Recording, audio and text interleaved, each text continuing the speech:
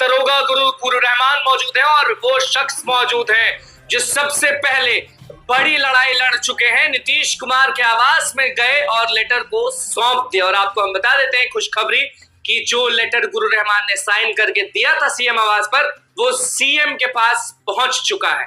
हमारे साथ गुरु रहमान मौजूद है।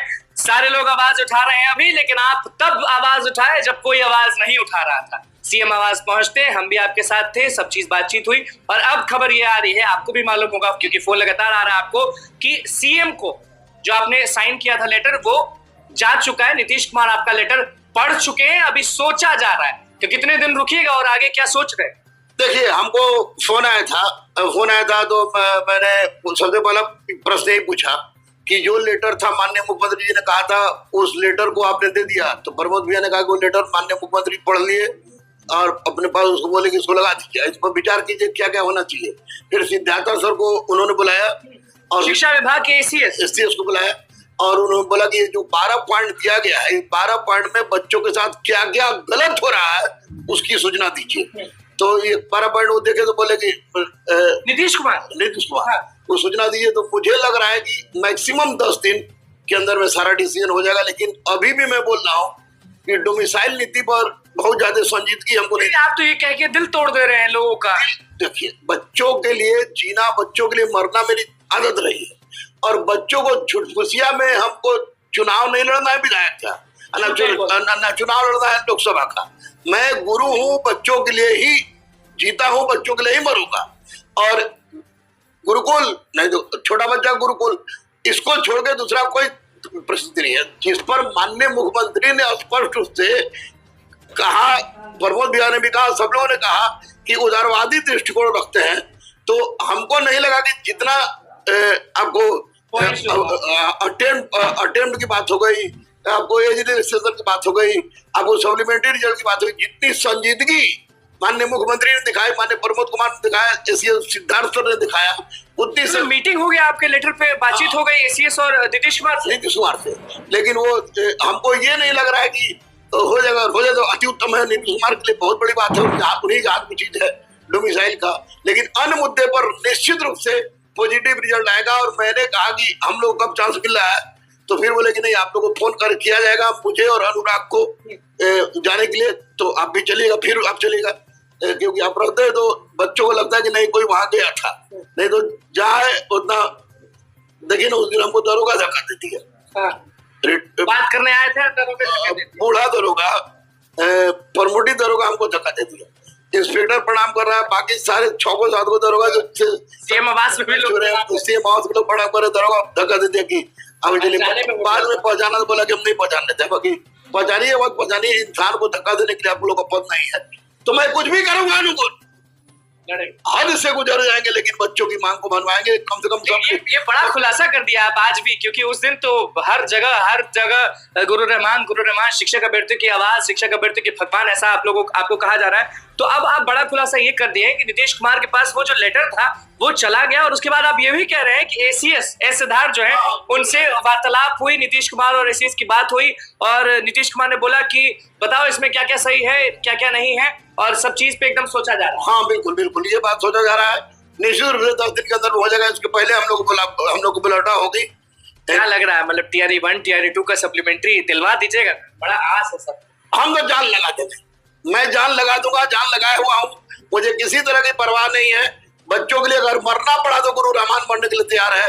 लेकिन supplementary, age relaxation, 1 post 1 person के साथ साथ और जो अटेम्प्ट की बात है, ये 4 मुद्दा तो मेरे लिए पूरा जबरदस्त ढंग से है। लेकिन डोमिसाइल वाला भी तो बहुत जबरदस्त चिल्ला रहा हूँ, लेकिन डोमिसाइल नीति लागू करवाने के सामने वाले पर डिपेंड करता है। डोमिसाइल नीति क्या हो रहा है क्या नहीं, मैंने तो यहाँ तक बता दिया कि बिहार लागू होना चाहिए।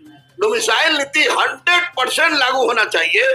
इसलिए लागू होना चाहिए कि बिहार के लड़कों को कहीं भी पूरे भारत में बिहार के लड़कों को बाहरी के रूप में ट्रीट किया जाता है।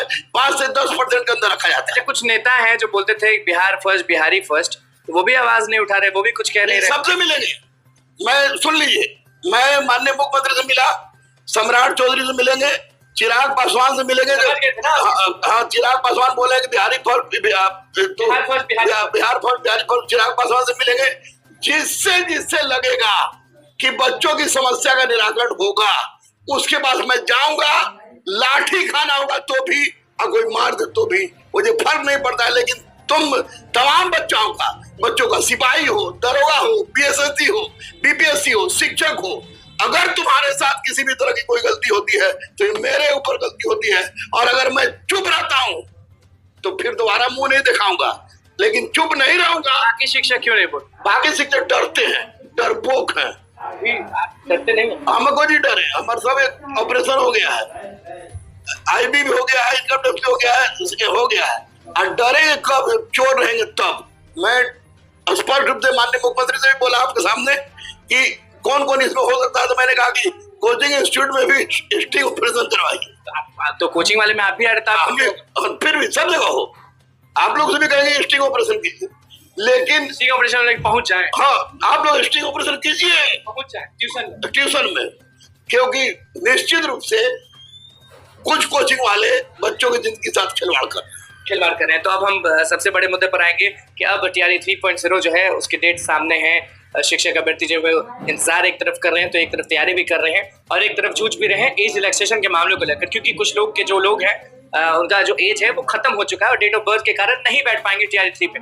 तो क्या वो लोग इंतजार करें कि कुछ कमाल होगा? हाँ बिल्कुल, सप्लीमेंट्री एज रिलैक्सेशन अटेम्प्ट, एक पोस्ट एक व्यक्ति के लिए बच्चे इंतजार करें।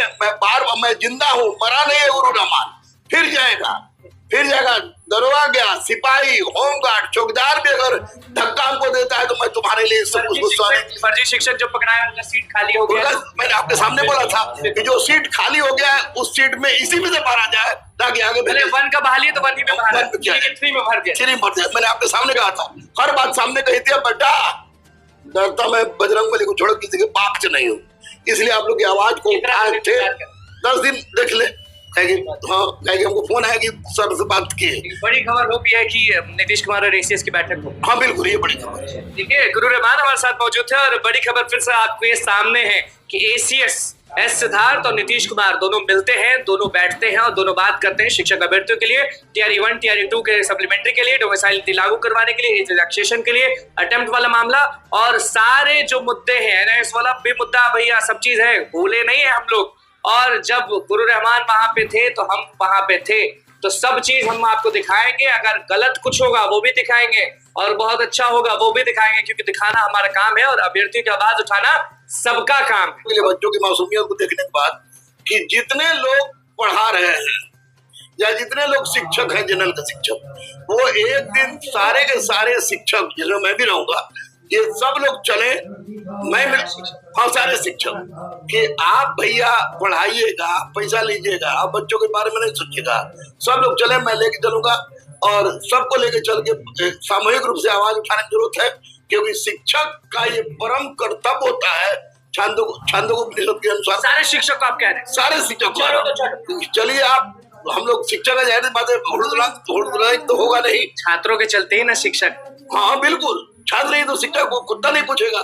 तो निश्चित रूप से आप लोग चलिए, मैं रिक्वेस्ट कर रहा हूँ तमाम शिक्षकों से, बड़े बड़े शिक्षकों से रिक्वेस्ट कर रहा हूँ कि मगरुआ भी आपके साथ रहेगा। सबसे आगे बड़ा आप बड़ा नहीं, आप बड़ा नहीं, मैं बड़ा नहीं, ये लोग से बड़ा नहीं, तो मैंने रोड पर नहीं निकलता। ये लोग डर लगता है कुछ से बड़ा कौन है वहाँ पे? सब सैल्यूट मारता था, नीतीश कुमार के जितना भी था सब सैल्यूट। हमसे बड़ा हमारे पौष है बजरंगबली और पीछे। और निश्चित रूप से मैं बच्चों के लिए तमाम शिक्षकों से अनुरोध कर रहा हूँ, चलिए, नहीं तो आने वाली पीढ़ी माफ नहीं करेगी। देखिए, गुरु रहमान ने क्या कुछ कहा और क्या कुछ खुलासा किया। शिक्षक अभ्यर्थियों को बोला है 10 दिन रुक जाइए, आप लोग का कमाल होगा तो होगा, क्योंकि हम है ना, और सारे शिक्षकों से, बड़े बड़े शिक्षकों से बोल रहे हैं। बड़ा शिक्षक तो आप जान रहे हैं कौन है, गुरु रहमान ही है बड़े, क्योंकि वही आवाज उठा रहे हैं।